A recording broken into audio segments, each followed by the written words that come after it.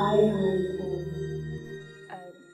the host of a podcast called The Future is Beautiful, which is soon to be renamed The Futures, and we'll be sharing this conversation on the podcast, so it goes out far and wide. And yeah, I'm really excited to be here with you and explore this incredible theme. And so I would like to introduce the wonderful people that we have here on the panel. So right on this end, we have Cindy Forde. Welcome, Cindy. Hi. Cindy is founder of Planetary, an education platform aligned to the UN Sustainable Development Goals that equips children to be the innovators of a better world. As MD of the Blue Marine Foundation, she helped form the Great British Oceans Coalition, persuading the UK government to establish the largest marine protected areas in the world. As CEO of Cambridge Science Centre, she creates hands-on discovery programmes for children to learn key skills needed for national development. Her children's book, Bright New World, will be published by Welbeck in 2022. Welcome, Cindy. Thank you for being here with us. Thanks. Hi, and so sorry for being late, everybody. I do apologise. And then next to Cindy, we have Tom. Tom Ross Williams is a theatre maker, filmmaker, performer, and activist. For the last 3 years, they have been developing Love Letters to a Livable Future as a performer and deviser with Metis. For 6 years, they were the creative director of the Advocacy Academy, a social justice organisation for young people from South London, focusing on the intersection of art and activism and the practice of co-creation. Tom also performed in the new theatre show, The World We Made, which was created especially for Change Festival in 2019. The story was set in 2050 and imagined what the world could be like if society was able to overcome the climate crisis and create a sustainable future. Welcome, Tom. Thanks very much. And next we have Izzy McLeod. Izzy is also known as the quirky environmentalist. They are a renewable energy graduate, activist and organiser who focuses mostly on sustainable development and the climate crisis. A lover of colour, clothes swapping, second-hand and upcycling, as well as paying garment workers living wages and working towards a better future for all. Welcome, Izzy. And finally, we have Lorna Rees. Lorna is an activist and outdoor artist. She is artistic director of Gobbledygook Theatre, a multidisciplinary arts practice who make innovative national and international touring work, usually inspired by earth sciences. Her major work includes... Sorry, I looked over there and lost my place. Her major work include communal cloud gazing, cloudscapes, which is actually outside and you're able to go and take part in it, and I just did and it was fantastic. And encouraging audiences to listen to geological processes. Lorna also has a long history of socially engaged practice and makes political and social interventions under the title of Disruption and Joy. Lorna is on the board of Outdoor Arts UK and is Artist in Residence for Change Festival 2021. And so before we begin with the theme, we're just going to take a short moment just to feel our bodies and come into a space of presence together and to open up the channels of imagination in ourselves. So you can close your eyes or keep them open and just take a moment to feel your feet on the ground, and to be aware of the sky and the clouds above us.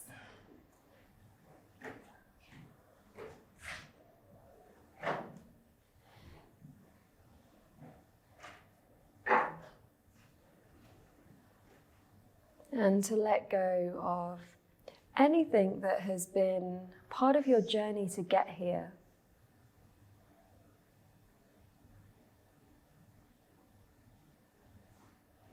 So that you can be fully present for this conversation and the invitations that it holds. And when you're ready, you can open your eyes.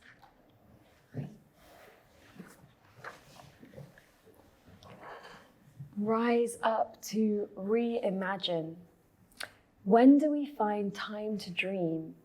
When do we really get the chance to flex our imagination and practice long-term thinking, to look into the future and imagine where we could go, or to look into the past to reconnect with what has been lost? Where do we make space to reimagine ourselves and ways we could live differently, to move into new relations with those already around us or those who may think differently from us? When does our imagination run wild to reimagine our environments, the places we live, and the land that holds us?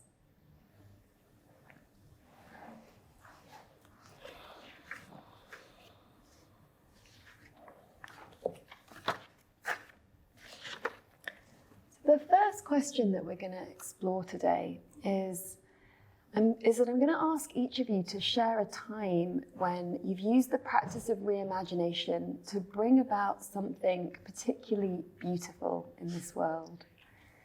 And so I'm going to start with Cindy, if you're happy to go first. Sure.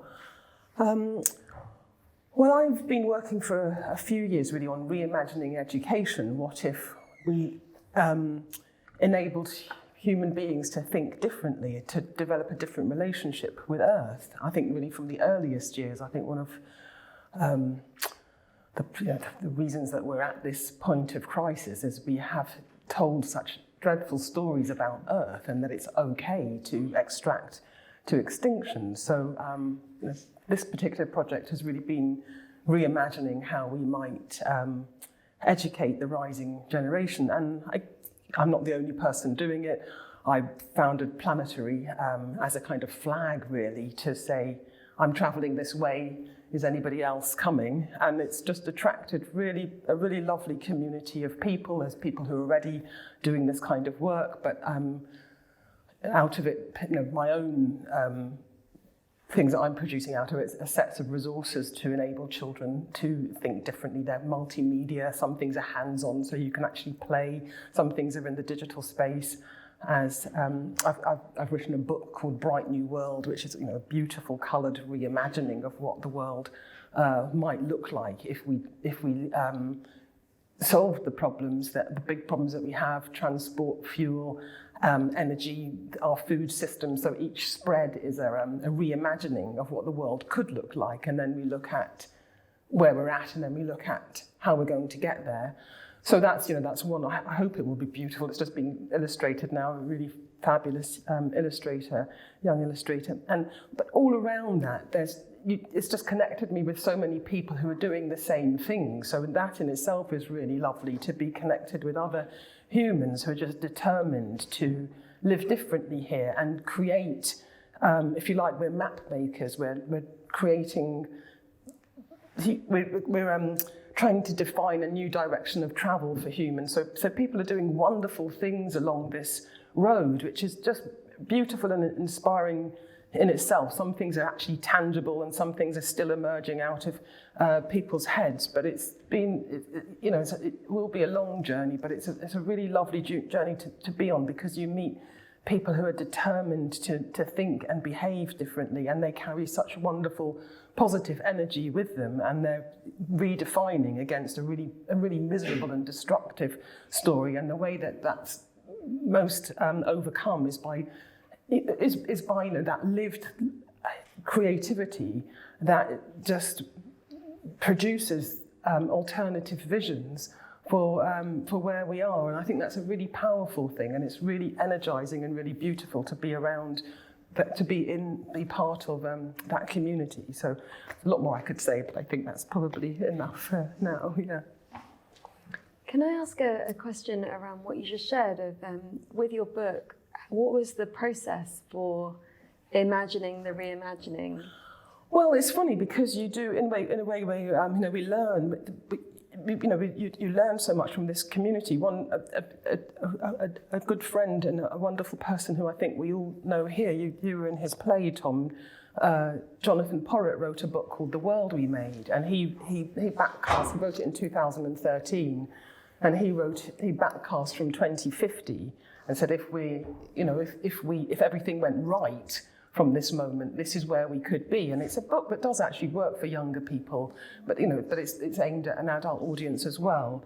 And so that's been a huge inspiration behind Planetary, actually. And The Bright New World, I had something quite different in mind for how to tell that story, but the publishers that I'm working with, they said, oh no, we want something that's set in the future, and it shows how wonderful everything can be, and then looks at the journey of how we go there. So it was kind of this amalgam of everybody's ideas that really came out of it. But at the root of it, I think, is really Jonathan's The World We Made, and I've created it in a way that is really for really young children. So it's going to be for about 8 to 12. So just really simplifying the language, beautiful illustrations, beautiful imaginative things. This is what it could look like if we get it right. But it's a weaving together of threads that come from different influences in my life and my ecosystem. Really, yeah. Thank you, Tom. Can you share? Yeah, I really want to read your book. I'm excited. Thank you, Tom. There's, I guess, in all of the artwork and art practice that I think about, there's a quote by Tony Cade Bambara that says, "The role of the artist is to make the revolution irresistible." And I think I've been involved in some few different pieces of artwork. One of them you mentioned, which is Love Letters to Livable Future, where we try and reimagine the City of London specifically because it's possibly one of the hardest places to reimagine. Literally the square mile that is the source of so much environmental degradation if you sort of source it back to where the money comes from. And in that project, we spent about 3 years reimagining and really trying to think about what the practice of reimagining looks like. And Zoe Svesden, who is the director, shared this kind of reflexive loop, which is like an infinity sign. And on one side, it's present difficulties, and on the other side, it's future imagining. And so often when we're asking someone to imagine, you get swept back into this side of present difficulties. You're okay, so let's reimagine, universal basic income. And you're like, but we can't, because suddenly, imagine how difficult would that be for everyone to do, and what would happen, and suddenly before you know you're in present difficulties. So how do we create artwork and processes to allow us to live, a little bit more in the world as it should be, without always having to get the world as it is, sort of to dismantle that. And it's been great because we've created these characters that we know quite well now.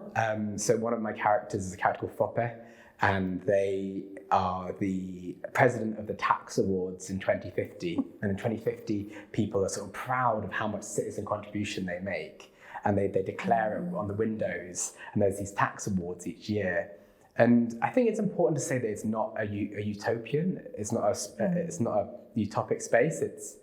It's full of climate refugees and of people who have lost families in the floods. But it really does sort of have a cast, almost like a soap opera of people who manage to live in a world where there have been some real structural changes to start to think about how we live together better. So yeah, it's sometimes quite hard to come out of that world because you're like, I'm sure you feel the same. And you're like, and then suddenly you're in the present difficulty space because you spent some time there. But yeah, I think, but I guess there are so many different. I think I spent a lot of time in that space, so that's just one that came to mind.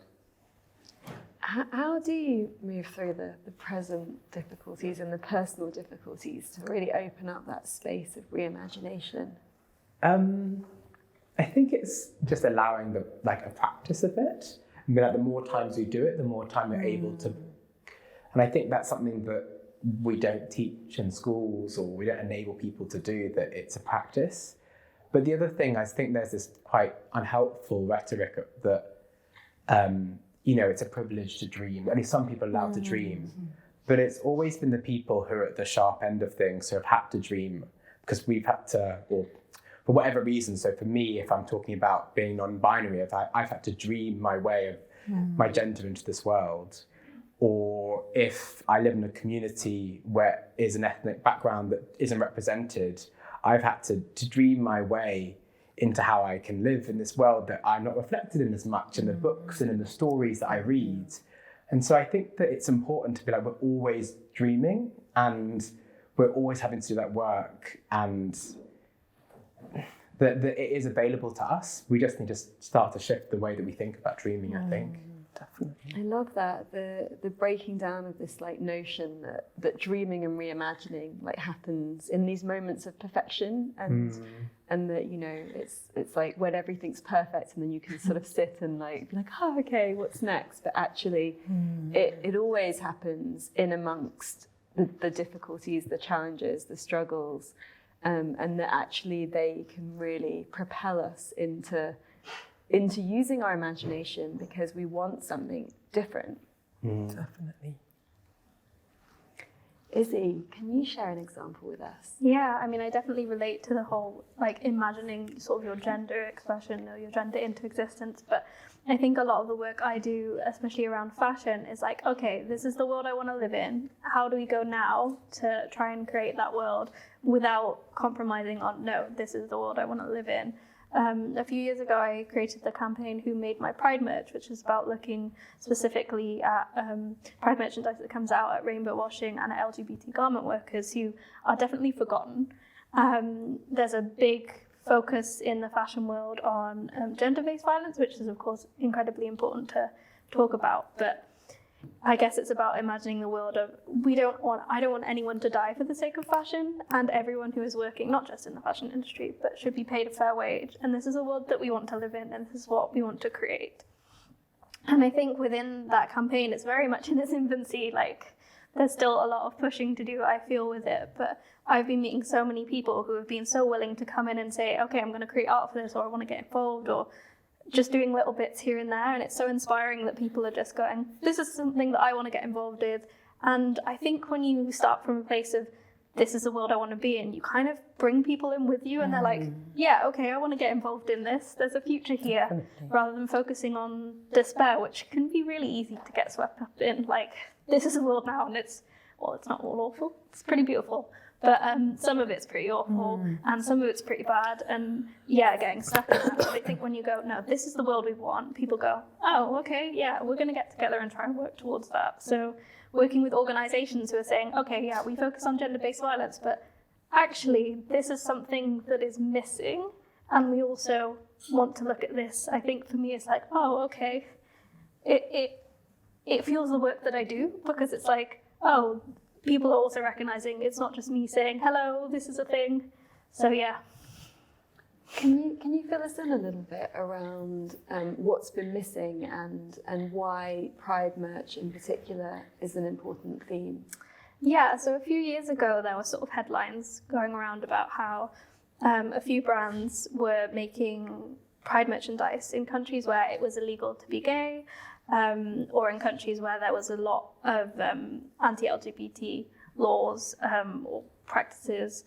And it sort of shot up during Pride Month and then disintegrated again. I was looking at it like, oh, okay, this came up and everyone's forgotten about it again, but I'm sure the practice hasn't changed. And so I was like, okay, people have stopped talking about this, but it needs to be talked about, because these companies, especially in the UK and the US, are coming out and going, we support the LGBT community. Look at these clothes we're making.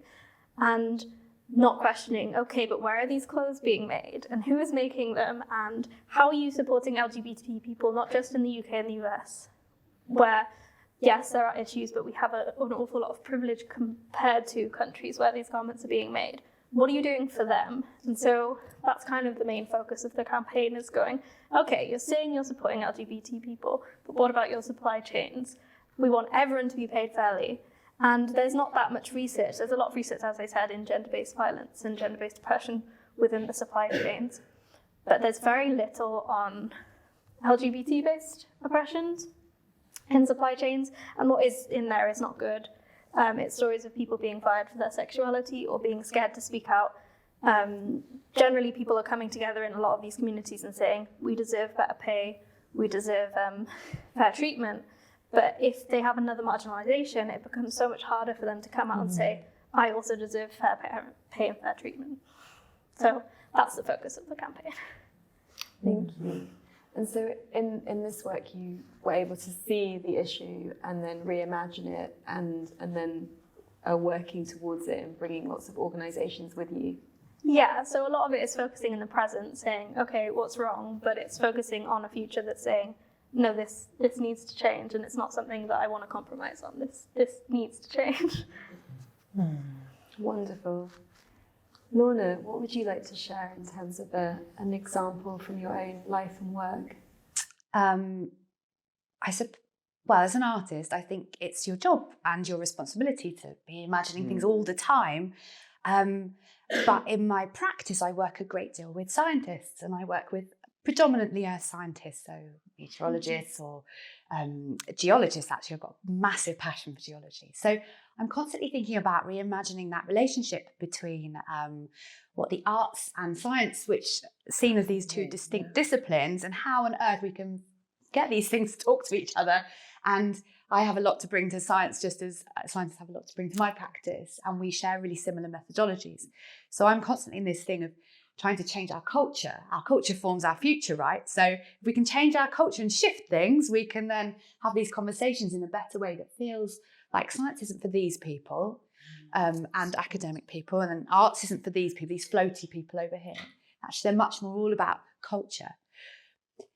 But then I suppose in terms of the reimagining, I'm just going to give an example actually of something that I did in my community, because I also think sometimes we do huge campaigns, and I've been involved in lots of big campaigns and big national things, but actually sometimes they're big, right? And they're quite hard to get your head around and very hard to maintain, or the energy around social media or something.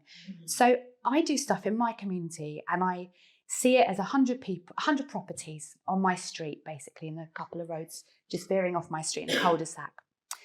And earlier this year, we had COVID really badly in January, and felt pretty dreadful.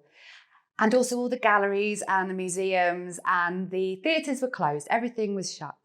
And as an artist, that's my whole career is working with people and in communities.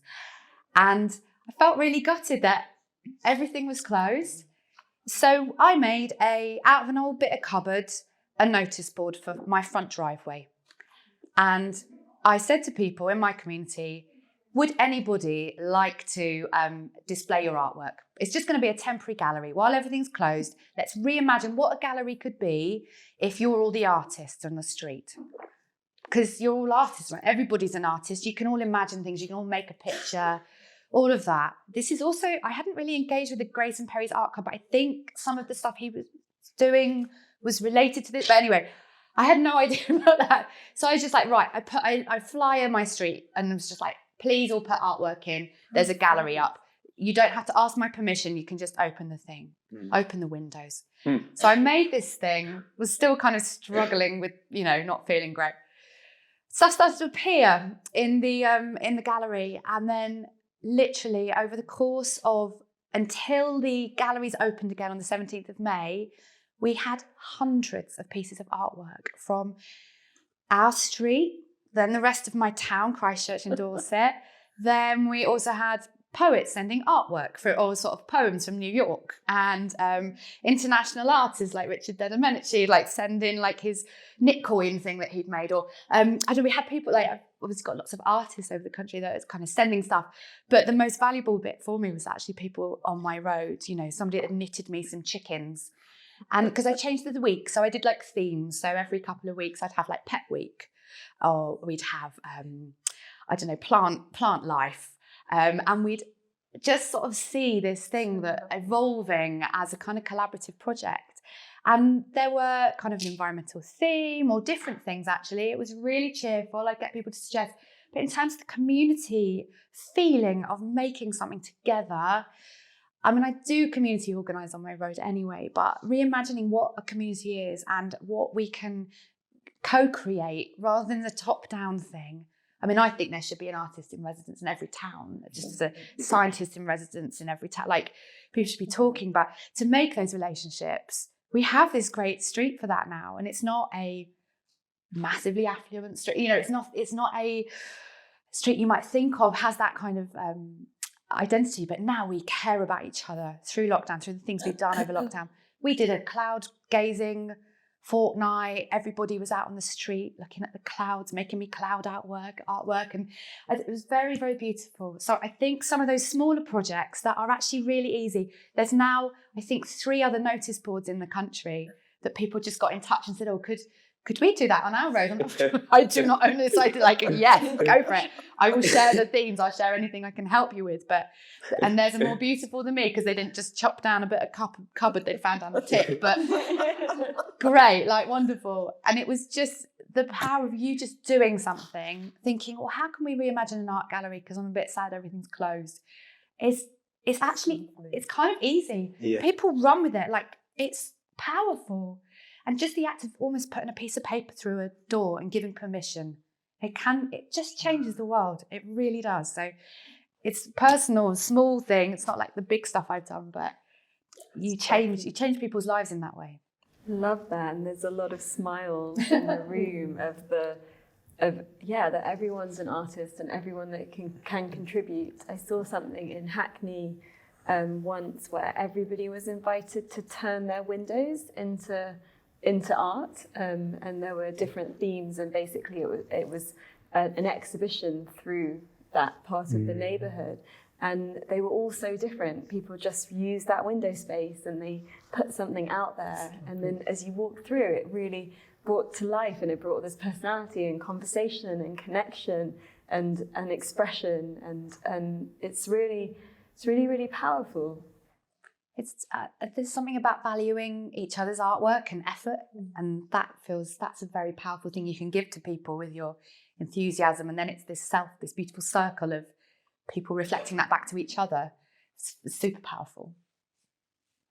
Amazing. Tom, you mentioned about having to kind of reimagine yourself, like, in the world, and I guess this kind of personal reimagining that we've all had to do at different points in our lives. And I used to work in sustainable fashion for a number of years, and I think around about that time, 10 years ago or so, Vivienne Westwood said something to the lines of, everyone is so boring, they're all dressed the same now, like fashion's dead. And it's just really nice being here in person, where you can see below the hips what people are wearing, unlike on Zoom.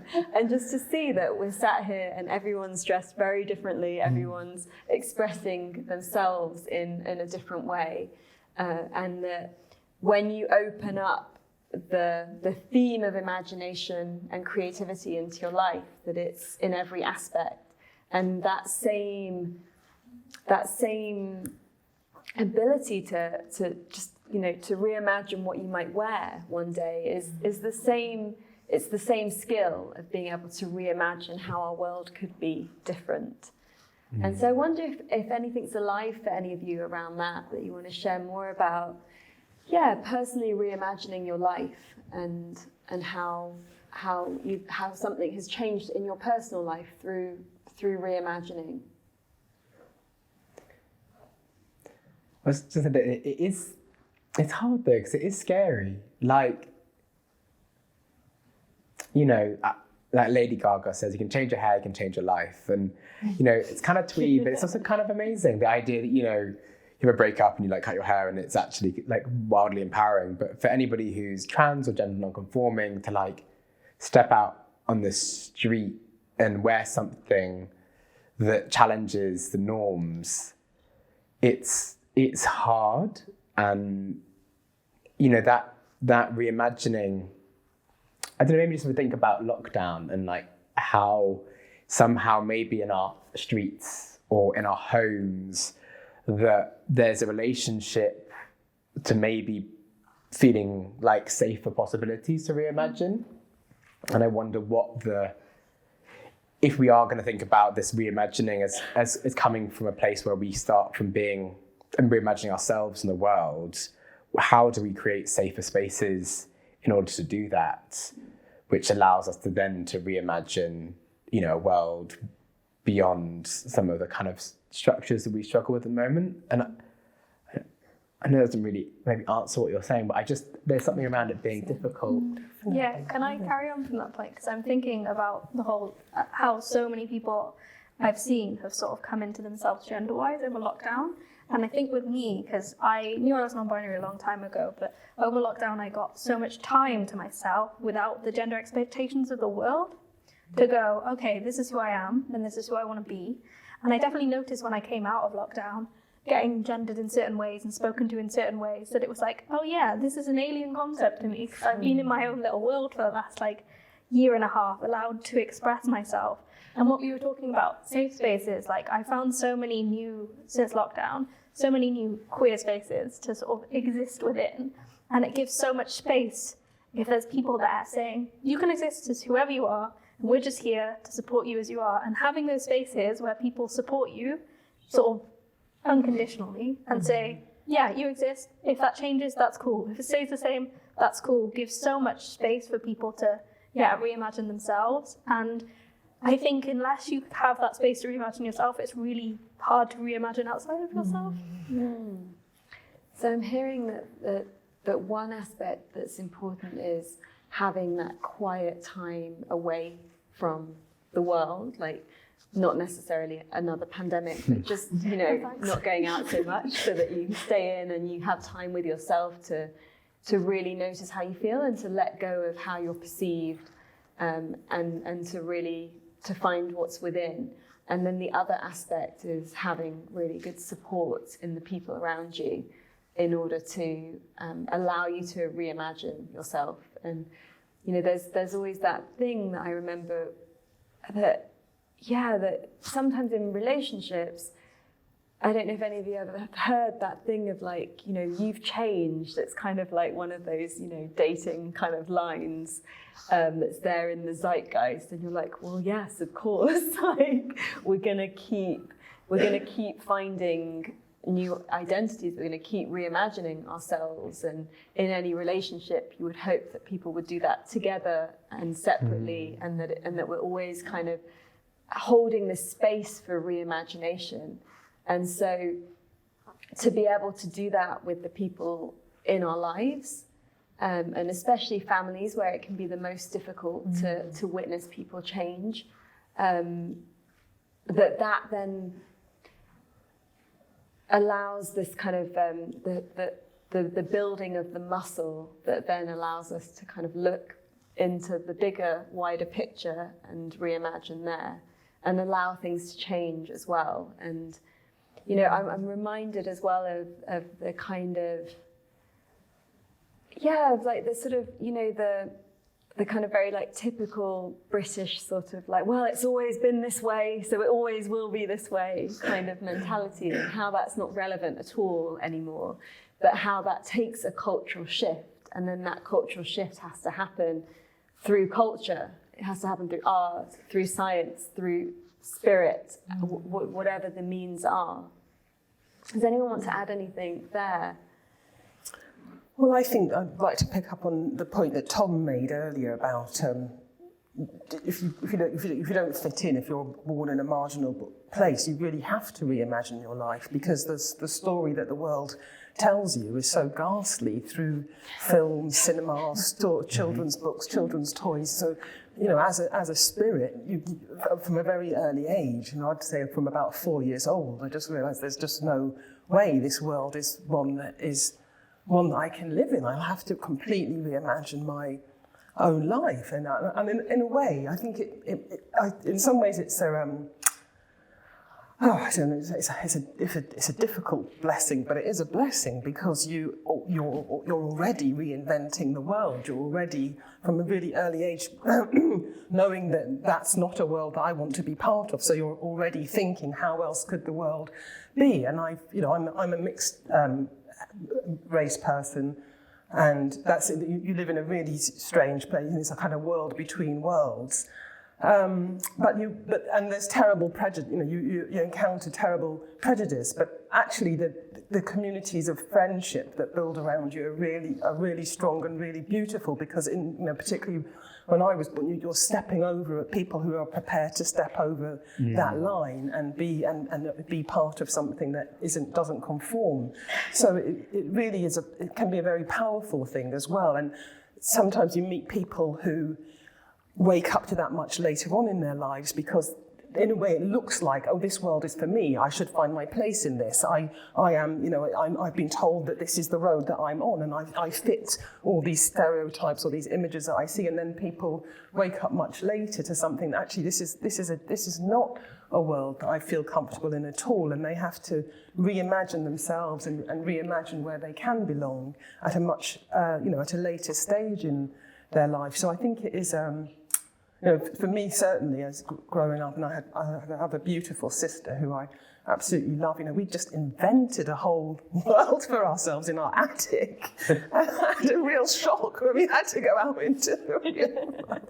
But it gives you that strength and that sense of what is possible, and it's so alive and strong in our heads that we could carry it with us. And little by little, you do make the world around you fit you and who you are. There was absolutely no way I was going into a conventional job. That just the thought of it just sent chills down my spine. That was the no-go zone, in a place you couldn't be. And so it's hard living with marginalisation and alienation around you all the time, but it does give you a strength. And it is so important, as you say, to have those, Izzy, the communities around you where you feel safe, because that's where the self can grow. And it wasn't me. It wasn't that thing out there that told me I was invalid. It was this thing in here that tells me who I am, and this community of wonderful people who said, yes, let that spirit live and go into the world. So, yeah, I think it's a really, reimagining your life. I'm sure we all do it, but when it comes as a necessity, I think there's huge strength there and power, actually, despite all the pain that I'm sure that everybody has experienced. But yeah, so to be recommended, I would say. Thank you, Cindy. Can we all come to the attic? It's really interesting to me in terms of making art or making imagination and those imaginative leaps, that I think in our heads we have this idea of like an artist in the garret and dreaming with this, clean sheet of paper and kind of doing some fabulous drawing or something that's completely separate from the world. And that's what, in my head, I probably think of somebody imagining something. And for me, I'm a mum of 2 kids. We've got a very busy home life, not a massive house. All of these things come out of the chaos of life. Or if there's a barrier I'm hitting, that's when I get imaginative. So it's exactly as you're saying. It's really, I've never thought about it in those terms before, but actually the power of adversity or chaos, or actually I make best with other people. Like I'm sat in a room with amazing people and my brain's already firing on ideas, or they're the inspiring things. Or when I'm working with a community or when I'm asking them questions, that's when I'm at my most imaginative. Actually, it's the collaborative process. And I think that's a really interesting thing about imagination. It's not this kind of genius model where white man with big hair kind of in lab coat kind of gets to make this great discovery somewhere. Actually, that's generally, I don't think it's not how science works. I don't think it's how art works. It's not how imagination works. So it's a collaborative effort. I feel my thoughts have never quite catalysed in that way about it, but hearing you speak about it too, it's like, yes, that's how it works. It's a group effort. I love that. And as we connect kind of back out into the bigger picture, I'm reminded of when I started The Future is Beautiful in 2010. It was called Think Act Vote then, and it was in a kind of reaction to UK politics and it being an election year. And I had been someone that thought that working in Westminster politics was a way forward for me to be able to bring a vision of the future alive. And the moment that died for me, although I kept trying for a number of years, was when somebody said to me in a pub in Westminster, your problem, Amisha, is you care too much about people to do well in politics. And I was like, I'm in the wrong place. And in 2010, I thought, I'm not excited about this election. I don't believe anymore that this vote is going to lead to the future that I choose, the world that I want to live in. And so I created this ballot box and made these voting cards that said the future I choose is ... and then started to engage in a conversation around what is the future that you choose, and to ask people to have a vision, a bigger vision of the world. And what was amazing about it was most people didn't feel like they had permission to have that vision. And I think that that's something that's changing definitely in the last 10 years because of desperation around what's happening now, and seeing that our priorities as humans are not being met, and not just our priorities as humans, but our care for all the other species and the plant species, the modern human world. And so then that's really igniting that fire of imagination for more and more people to be thinking, well, what is the future that we choose? How can we create it? And how can we inspire each other to be living it? Because it's not something that we can do on our own. And I'm really curious to hear what is it that you feel most needs to be reimagined in this world? And why? What's kind of firing you up around where we can bring some more collective imagination, reimagination? That's an interesting one. I think we have to, I think you're absolutely right. People don't feel they have permission. And I think there's just so much, there is some kind of retelling that needs to happen before people will be able to open up and feel it's a safe and a valuable place to reimagine. There was a superb article in the Guardian a couple of days ago, which was by George Monbiot. It was just blisteringly brief about, he was trying to tell the world history in a few paragraphs, but the model that, what has happened, and it is crude, you've had 500 years or more of rampant colonization of most peoples.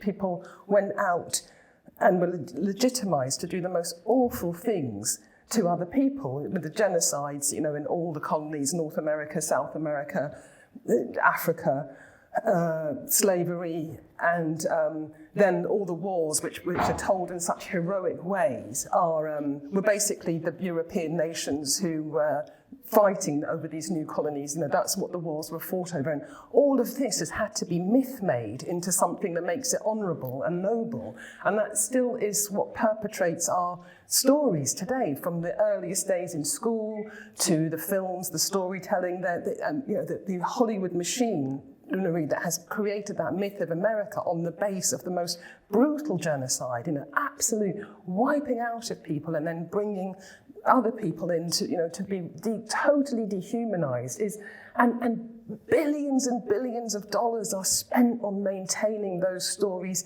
in place, and anybody who doesn't fit the norms, whether it's your race, whether it's your gender, is the roles that they're given have been so atrociously dehumanized that it's very hard when you say that people don't have permission. Even if you speak out in school about this, an incident in my daughter's school very recently when a couple of children tried to speak out, you feel the weight of the system just crushing you. Even in this day, it's so hard. So I'm sure everybody in this room is so capable of reimagining a different type of world, but it feels like this old, ugly story is just sitting there and crushing us. And it's so important, I think, that we have to find ways of retelling our past in a much more truthful way to enable us to be able to reimagine a brighter future. Tom?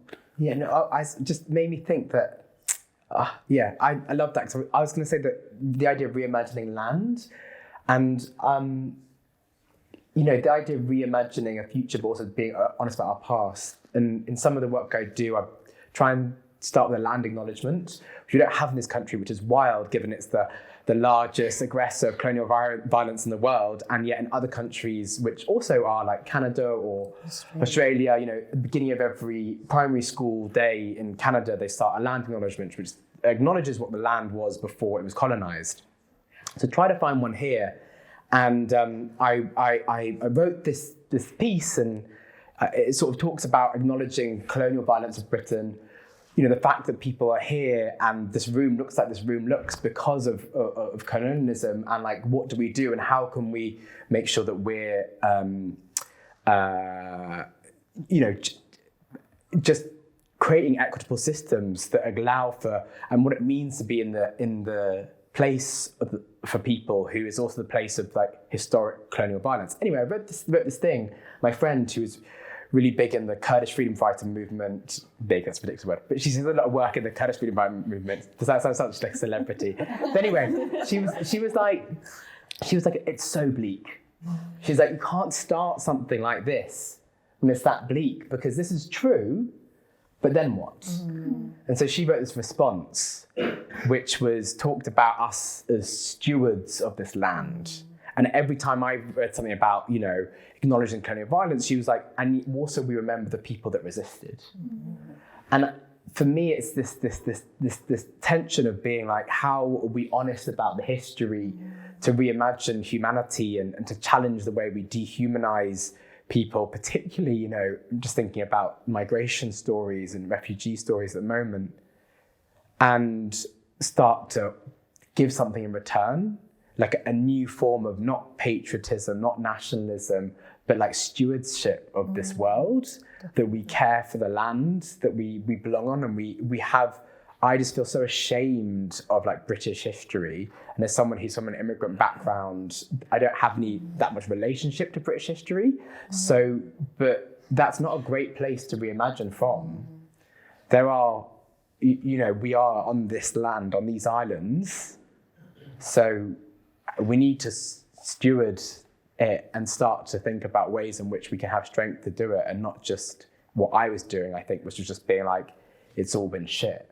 I'm sorry to enter. I think there's a kind of traumatizing. I don't think it's just the people, who have looked like victims of the colonial violence. It's the people who had to live with a system that perpetrated it, because you have to dehumanize yourself to accept that what's going on is okay. And I think there is some kind of collective shutting down that has to happen for you to get up every morning and live complicitly with something that really subliminally is so destructive and harmful, and has been over such a long period of time. So it doesn't entirely follow from what you've said, but it is that.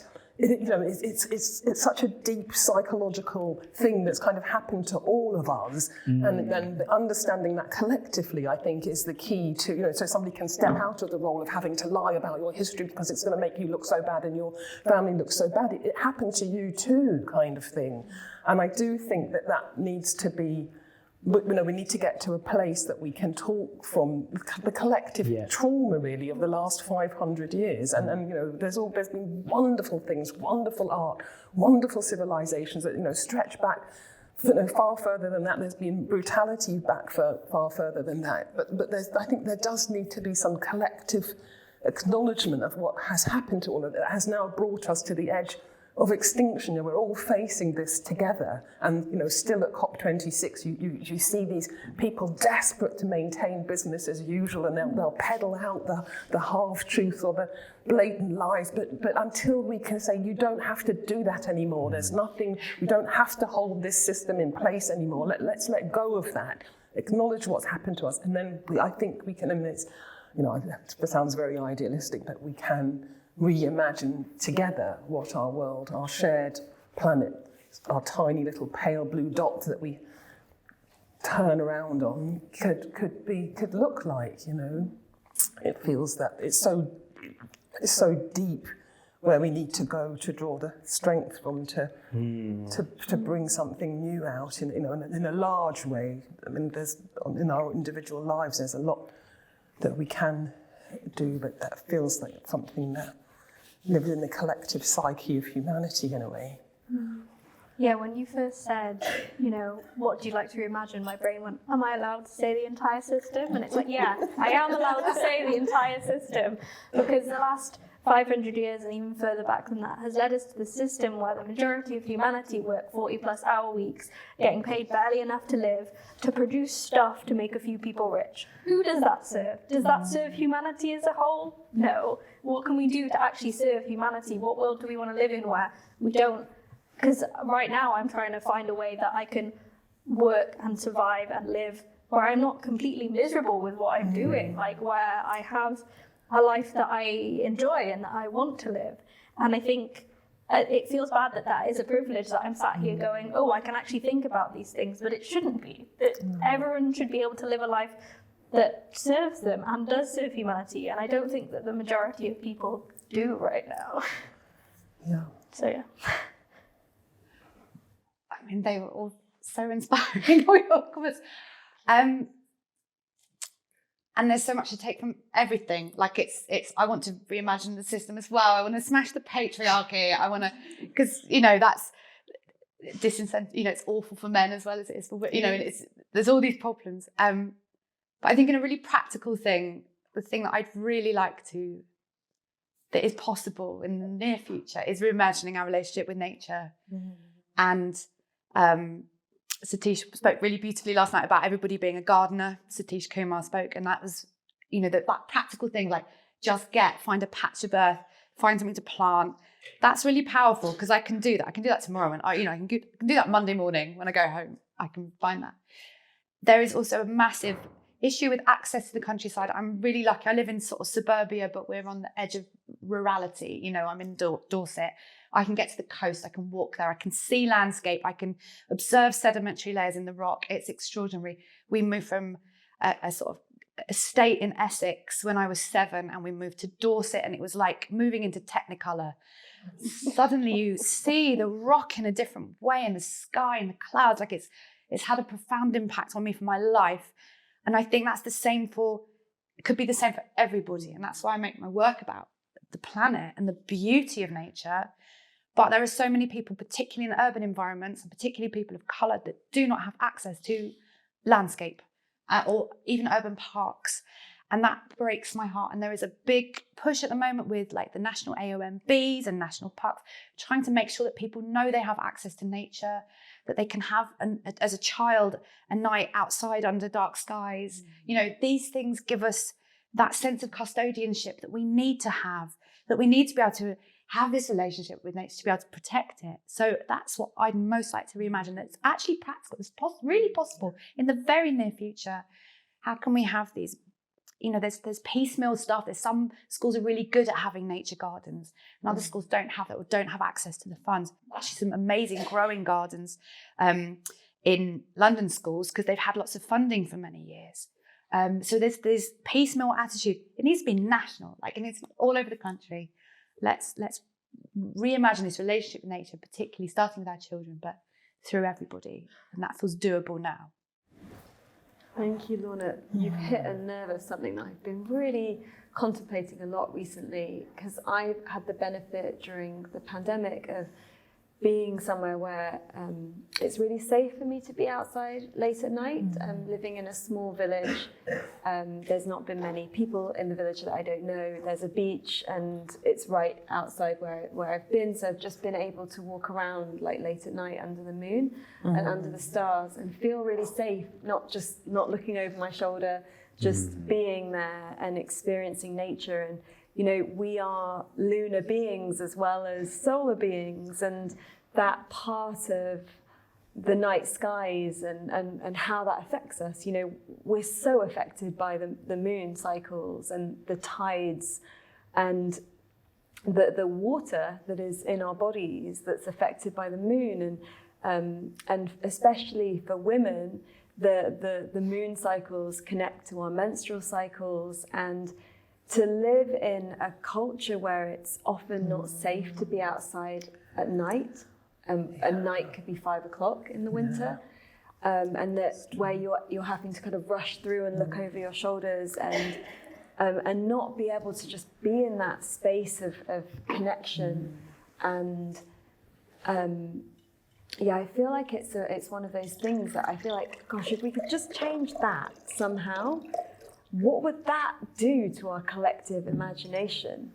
What would happen if all of us were able to stargaze more, to sit out under the moon, and to be with what comes through our creative knowing and our intuition, our imagination through the night?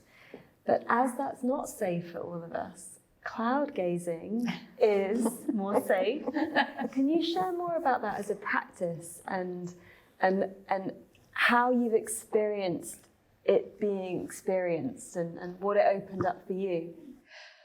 So I cloud gazed from being quite little and with my nan, and we'd sit in the back garden and look up. And it's also a really handy metaphor for thinking. You know, we draw a thought bubble, we draw a dream or a thought, and it's that idea that this is a very slippery, beautiful metaphor that can encompass lots of things, being a cloud gazer.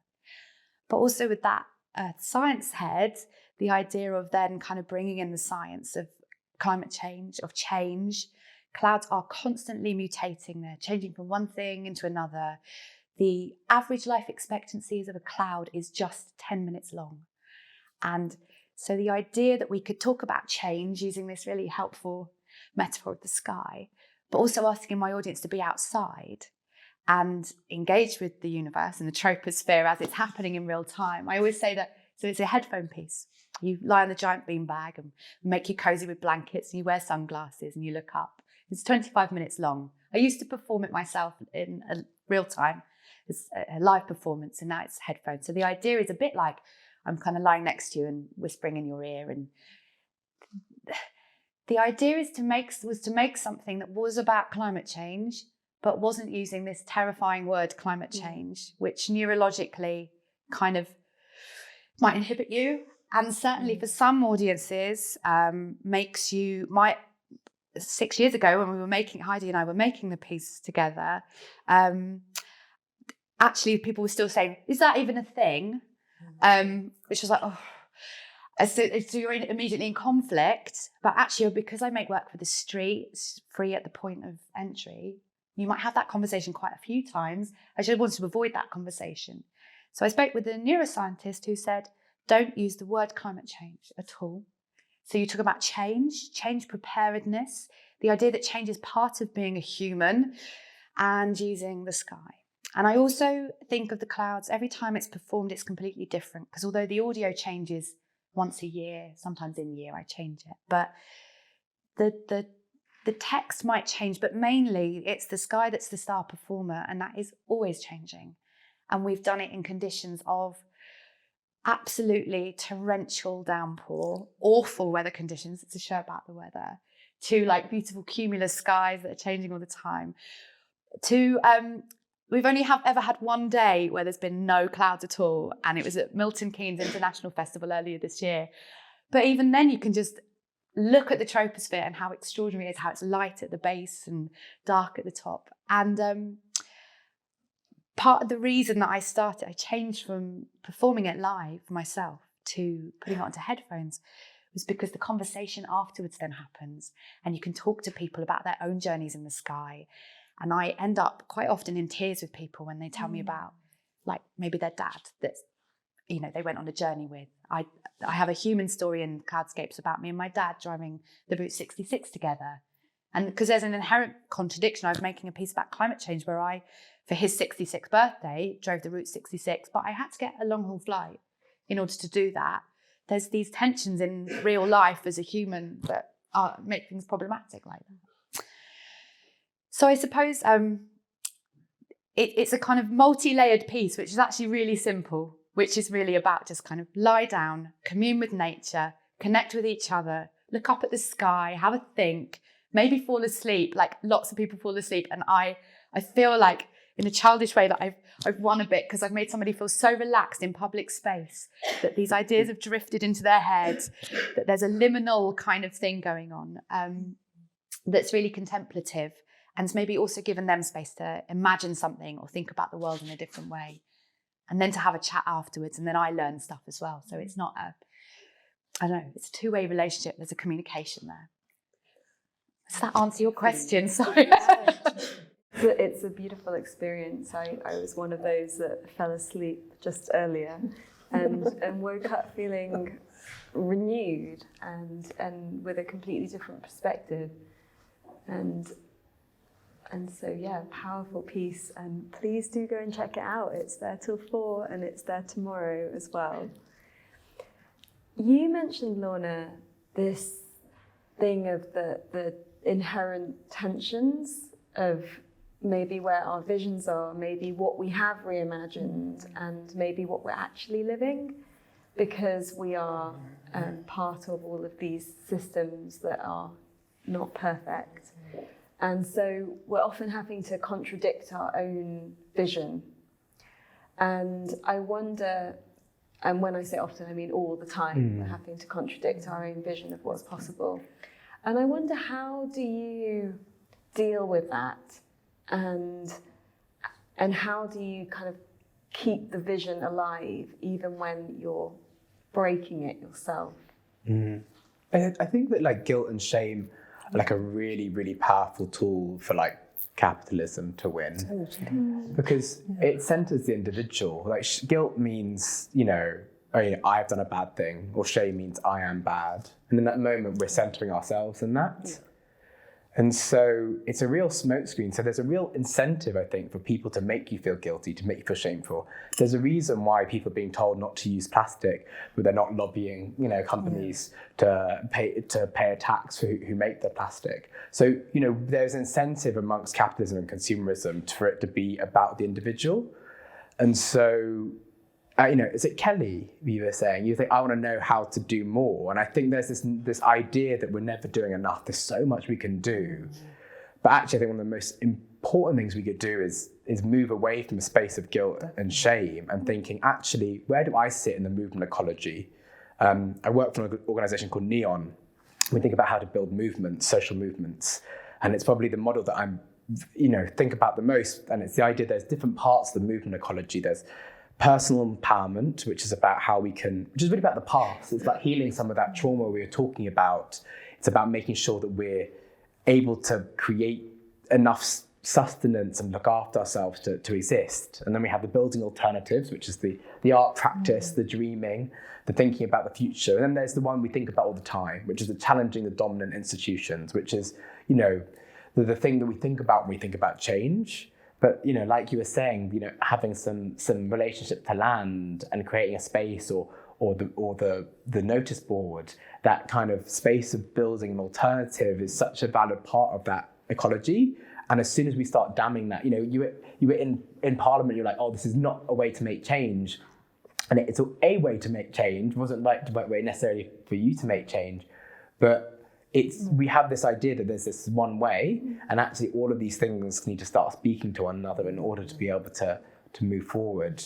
And yeah, I don't really know how that ended up there, but I want to just throw my hat off to those that are in Westminster politics and are making change. Because there are people, but you just have to have be made up of something slightly different to what I'm made up of, which is what I discovered. And so part of it is, how do we find our place where we can most use our creativity, our skills, our ways of being to reimagine and create change. I sorry, I can't remember where I started from. Oh, I remember now. A lot of the work that I do, because I sort of started as a blogger and was started on my own journey of individual change, which kind of led to this looking at systems change. I interact with a lot of people who are just starting the journey and going, okay, how can I help? Which then leads to, I suppose, looking at the bigger picture. And both individual and collective change are both as important as each other. They're sort of intermingled. But I have so many times I say to people, look, be prepared to sit there and go, I have no idea what I'm doing. I feel like I'm failing. I feel like I'm doing everything wrong, because you will come to that point over and over and over again because of this, as you're saying, because of the system that we live in. And I think more recently I've tried to get into this space of guilt and shame are not helpful emotions, but they're very natural emotions. Yeah. And trying to just sit with those uncomfortable feelings. And one thing that I think we all have done, or I used to do a lot, is put shame on the shame. It's sort of like, oh, I feel bad, and now I feel bad because I feel bad, because I can't get my work done, and I can't do all these things that I want to do, and you kind of make the bad feeling even worse for yourself, and you enter this spiral of, oh, I feel awful, and I feel awful because I feel awful, and I can't do anything. And so I've been recently really trying to break that cycle, and sitting and going, okay, I feel bad right now. I don't feel good. I feel guilty or shame or whatever feeling I'm feeling about whatever it is that's happening, and just going, okay, that's how I feel. We're just going to sit through this. We're just going to sit with it. It's not nice. It's not comfortable, but I'm not going to sit there and shame myself for feeling shame, because then, as you said, capitalism wins.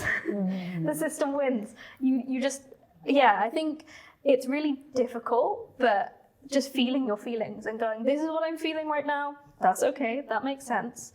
We're going to move through it and we're going to carry on, rather than putting labels on things. I still label things. I'm like, okay, I feel shame right now, but then not going the further step of, oh, and now I feel guilty because I feel guilty. So I think learning to stop yourself and going, I'm feeling feelings, and that's natural and that's normal and that's fine and it will pass. As you said, like with the clouds, it's kind of like that. Your internal emotions and body are constantly changing all the time. And I think recently, on a more personal level, I recently entered into a polyamorous relationship, which has been a big change in my life. But within that, I've been feeling two complete opposite emotions at the exact same time. And it's been really scary sometimes, but also really beautiful, because I'm like, I'm feeling this really intense euphoria about one situation, but I'm also feeling really uncomfortable and unsettled by this other one. And I think recognizing those two emotions and being like, I can feel both of these things at the same time, and I can feel them about different people in very similar situations, and just sitting with that and being like, yeah, this is life, this is what it's like to be a human, and just allowing yourself to feel feelings, I suppose, is my point there. I think that's it. We just live in a paradox, and you have to accept that. And I think it's really important to do that. Otherwise, you can beat yourself up about everything. And I think that you just have to put that aside. And I love that phrase: "Keep your eyes on the prize." That it's the overall arching change or vision that you're looking to. And we are just caught up in a system that isn't of our own making. You can go and live. I did actually. I lived on a tiny little island in the middle of the South China Sea, but you're still connected. And I think that's when I was much younger. I think now it is just about acknowledging that we cannot and will not change the system overnight, but trying to making ourselves feel bad about it just disempowers ourselves. I think we have a right to enjoy our lives as well, and feeling guilty because you've done something that was fun and enjoyable and didn't probably lived up to this incredibly severe moral code of what you should and shouldn't do. I think that you have to allow yourself to live and enjoy life. And I think if people who are seeking change, we're talking about systems change here as well, if people become so sanctimonious about what you can and can't do and virtue signalling, it's just not anything that's going to bring people with us, and it's not a nice way to live. So I think allowing yourself to be human, enjoying yourself, and acknowledging what you can and are doing, rather than trying to be this perfect,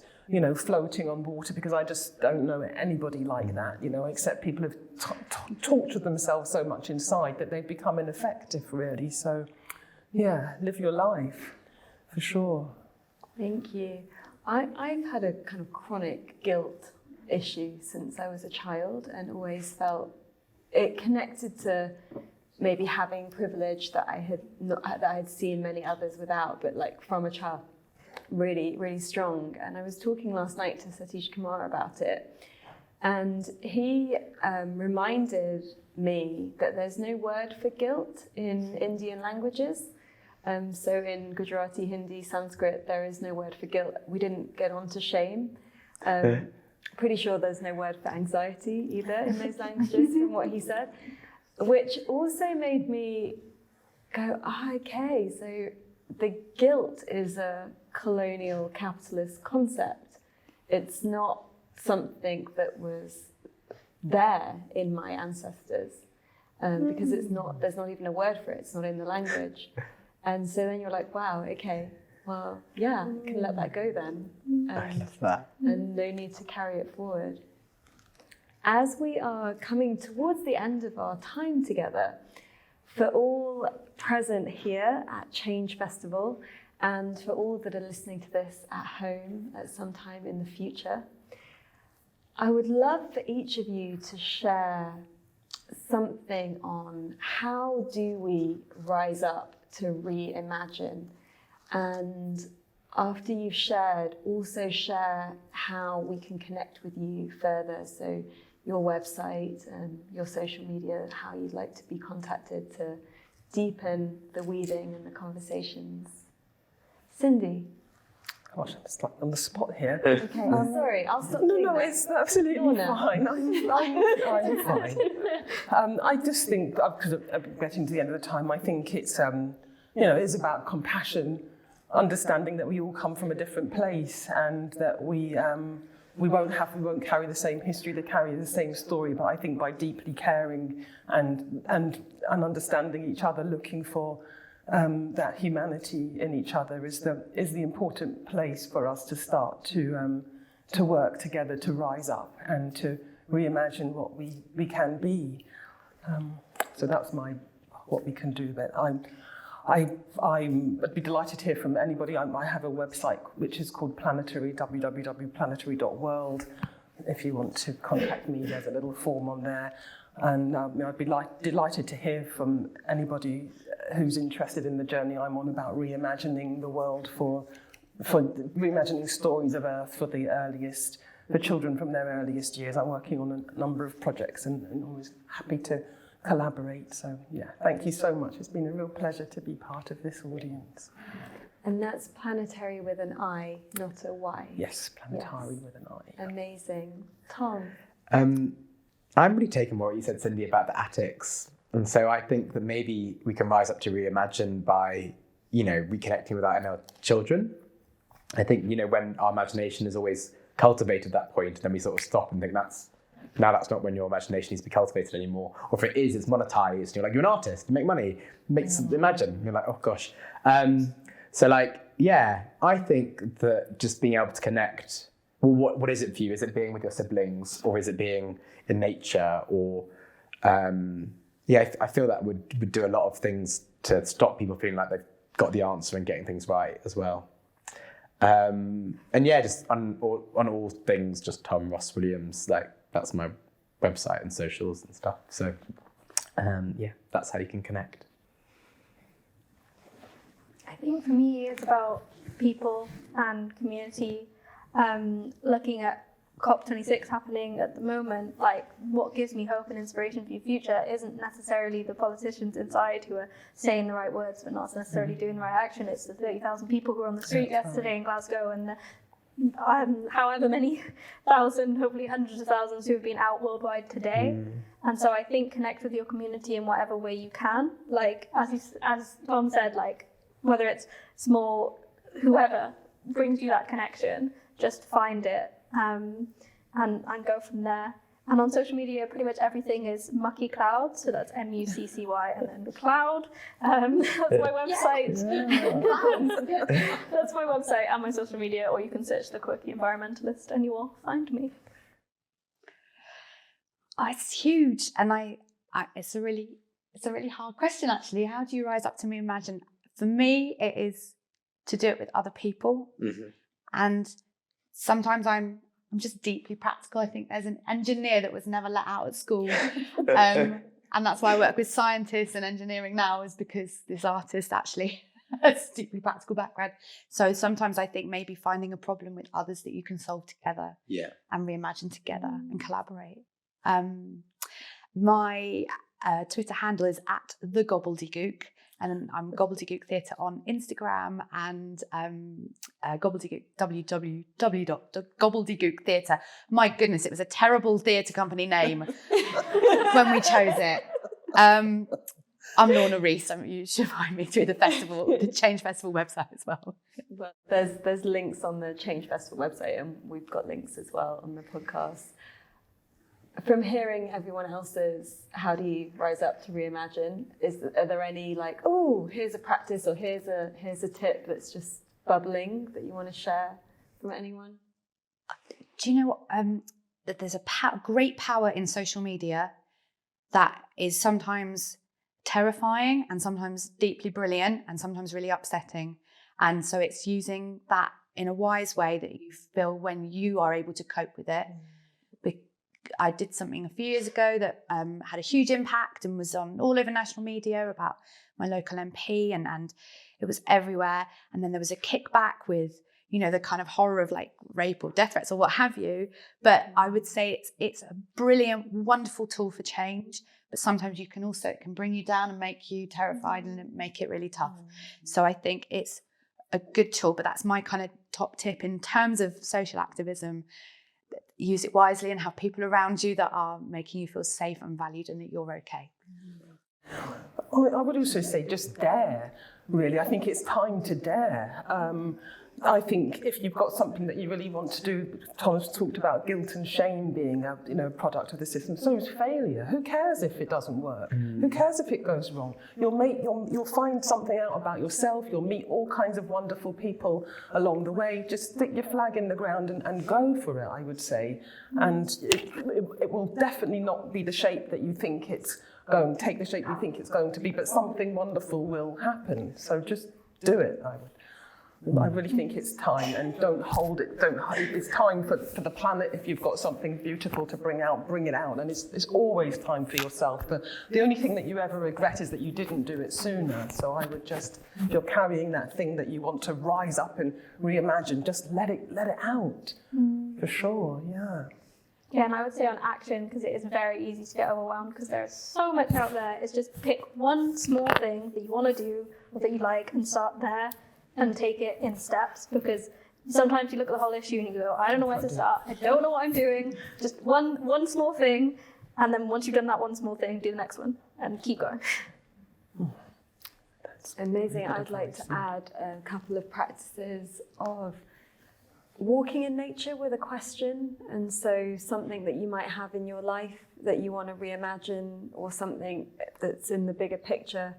But especially for things in your life when you're not really sure how to move forward, when you can feel like something's not right, like you've grown out of it, like that there needs to be a different way of being within that situation.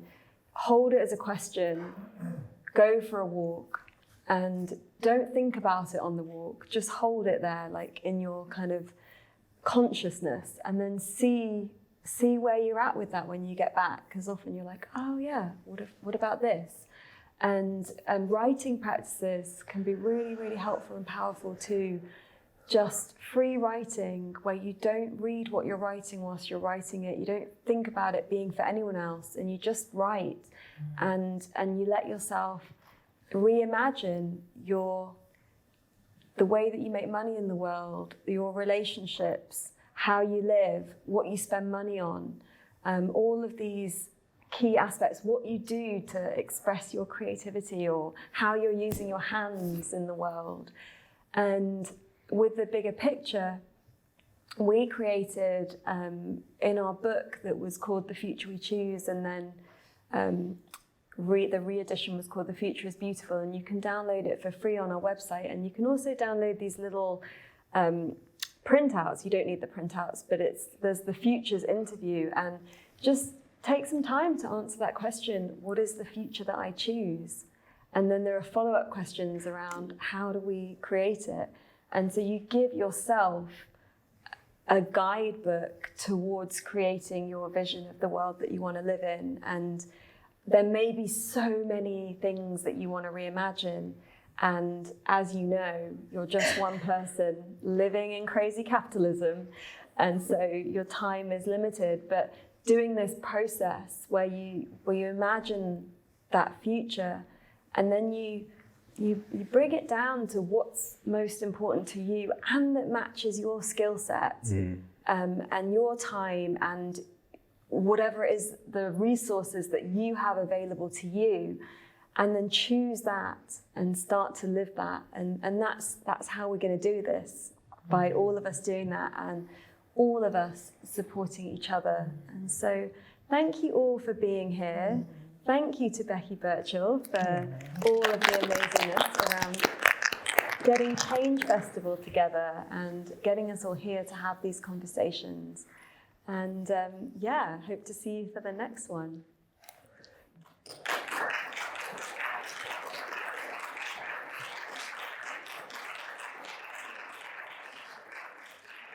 And thank you to all of you for coming here.